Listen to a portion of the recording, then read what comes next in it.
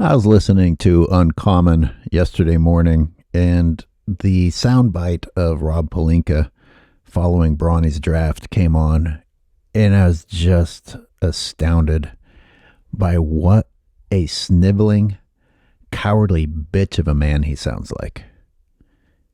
And then I saw on another channel the actual video clip of it, and somehow it was even worse. Like seeing him and hearing those words. What an embarrassing excuse for a man. What a perfect fit for LeBron James.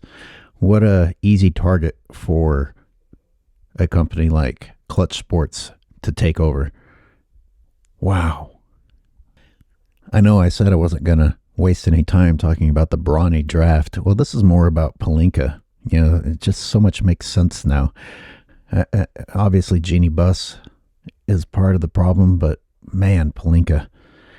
And I'm having flashbacks of him smiling and nodding his head when LeBron James embarrassingly said, "I want my damn respect too." He was acting like a fool, Pelinka. That wasn't something for you to get all excited about. But anyway, in this press conference, Pelinka tries to, I would say, manipulate the audience, anyone who's listening, by talking about historical moments and magic. This isn't a historical moment, not in a proud way.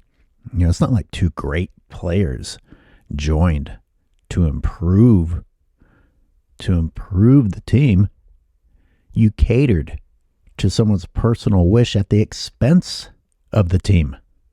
The team did not get better, and you're trying to justify it by saying, "Oh, this has never been done before, so we're making history." It is the wrong kind of history. That is the wrong kind of history to be making, and you basically are showing the world that the individual is more important than the group. The individual is more important than the team. You know, this is all about making sure LeBron's vision of himself and his career comes true. Fuck the Lakers team. Fuck the Lakers franchise. What's LeBron James want? And then he calls this magical. Nice try. You know, I'm sure that using these dramatic words work on, unfortunately, a large portion of the population. It's not magical. And it's the wrong type of historic here. If you guys haven't heard it, it's coming up next. If you just recently ate, I recommend that you not listen to it. Welcome, everybody. Good to see you guys on back-to-back days. I think about the Los Angeles Lakers.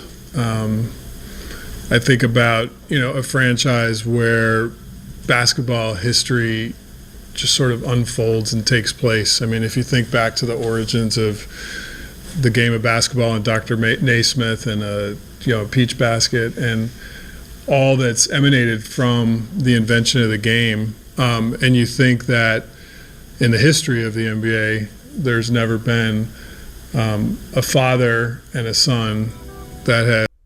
That's as long as I could bite my tongue, and you hear Uncommon was starting to cue his music in.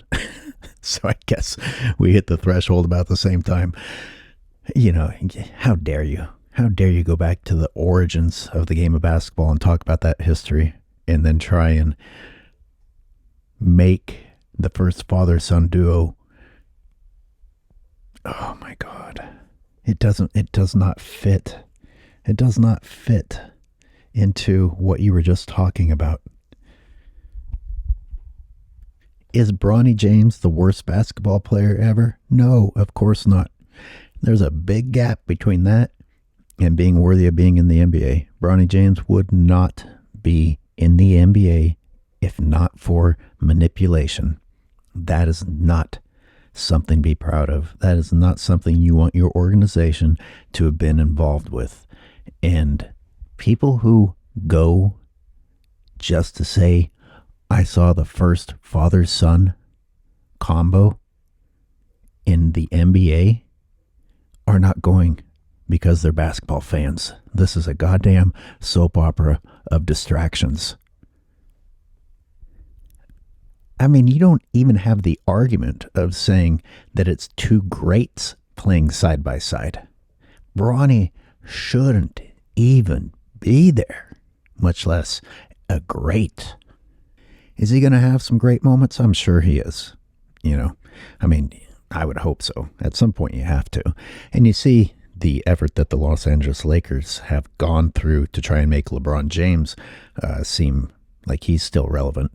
I mean, everything possible, giving him every garbage point, giving him every open layup, boxing out like a circle of rhinoceros around a baby to make sure that he gets the rebound.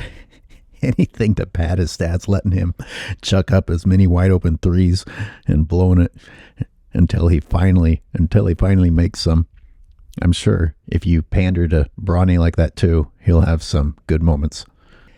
Maybe you saying, oh, can't you say something nice? I'll say something nice.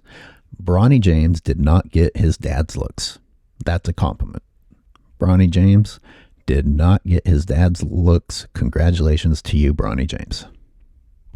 Shared an NBA basketball court, and that feels like something that could be magical. There it was. Magical. Could be magical. Can you define magical? What would happen?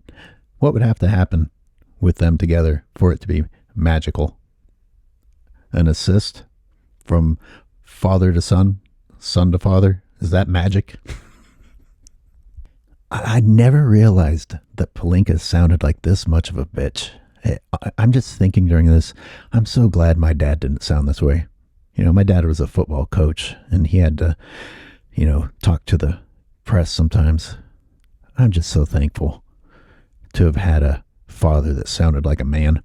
And we know and have to respect, of course, that LeBron has a decision about his opt-out. About this point during my jog while I was listening to this, I about lost it.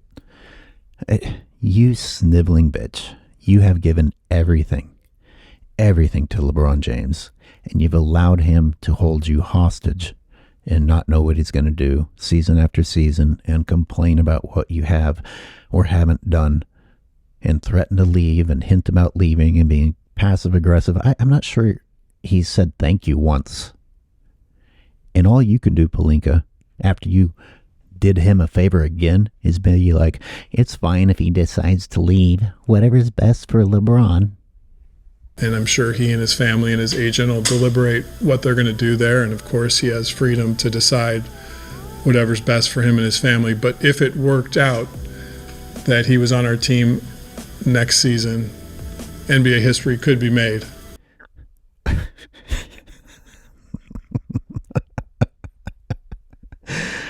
Oh my God. Oh, even after everything you did in the press conference, you can't confidently stand there and say that even this gimmick is going to happen because of how LeBron James is just working you like a puppet, or shall we say that Rich Paul is. He and his family and his agent will talk about this. His agent, you mean the owner of the Los Angeles Lakers? The guy who tells you who you're going to draft? From Anthony Davis trades to Bronny drafts to Westbrook moves to getting rid of the entire core that you guys built up during those dark years only to throw that away. And NBA history should be made in a Lakers uniform. So that's just sort of globally how we feel about the draft moment. But more important than that is to talk about Bronny James as a basketball player, because this is his day, and he was the one selected with the 55th pick. Bronny is first and foremost a person of high character, and second, he is a young man that works incredibly hard. And those are the qualities we look for in drafting players and adding to our developmental core at the Lakers. Not to take anything away from Bronny, because I don't know what his work ethic is or what his personality is, but why why is Pelinka saying all of this? Why does he feel the need to say all of this? Do you really think that those qualities don't apply to every single young man in college trying to get into the NBA? Or at least 95% of them? The GMs, the owners, the front office don't get up on a podium and trash talk anyone on draft day. So it wouldn't even matter if this was true about Bronny. This is just about saying nice words to try and make the LeBron James family and Rich Paul happy. This is sucking ass. And it's probably justification. It's trying to explain his actions. It's trying to say, hey, this wasn't a bad decision. This is good for the team. Look, he has a good work ethic. He's a hardworking young man. Oh, well, that's enough. That's enough to draft him to the Lakers franchise. You just finished talking about how storied the franchise is. Then, by all means, anyone with a work ethic, anyone 6'1" with a work ethic. Did you hear that, by the way, that he's only 6'1"? I think I heard that on Scap Attack's channel, that they've been listing him fraudulently as 6'4". He's not even 6'4". I don't know if that's true or not, but that I don't know why Scap Attack would lie about that. That's weird. Is that all just part of the plan of trying to make him sound NBA worthy? How did he measure in at 6'1"? He had a great draft workout with us where he displayed those qualities to me in a hour lunch that we shared in the building just to get to know each other. Became clear that he was a man of character. In terms of his work ethic, I think we've all seen that lived out too. He's not a person that has ever taken shortcuts or... I know that he is a person of strong character based on the lunch that we had together, in which, of course, he's going to put his best foot forward. It's like going to a job interview, and the guy who's interviewing for the job does everything possible and says all the right things. And the guy who's going to hire him is like, well, you must be the right person for the job because you just said that you are. As if everyone coming through the door trying to get the job isn't going to put on the same show. But the shortcut thing, he shouldn't be in the NBA. How did he get into the NBA if not via a shortcut? Expected or been entitled about basketball opportunities. He's worked for everything that he's gotten, including being selected today at 55. How many franchises did he reject an invitation to go and work out for? And he's not entitled? He has an assumption that he's going to make it based on who his dad is and Rich Paul's power, but he's not entitled. He didn't even have to have a concern about maybe not getting drafted. Didn't even have to worry about it. Didn't even have to worry about it. A 6'1" guy who scored 5 points, averaging 5 points, has no concerns about whether or not he's going to get drafted, and he's not entitled. That's it. I don't need to put any more time into this. Some of you wanted to know my thoughts. That was just my gut reaction after hearing that soundbite. Of course, like I said, uncut or Scap Attack and Uncommon. I'm sure all of the channels like mine have said something about this, so by all means, go and watch those. Oh, man. God help us all.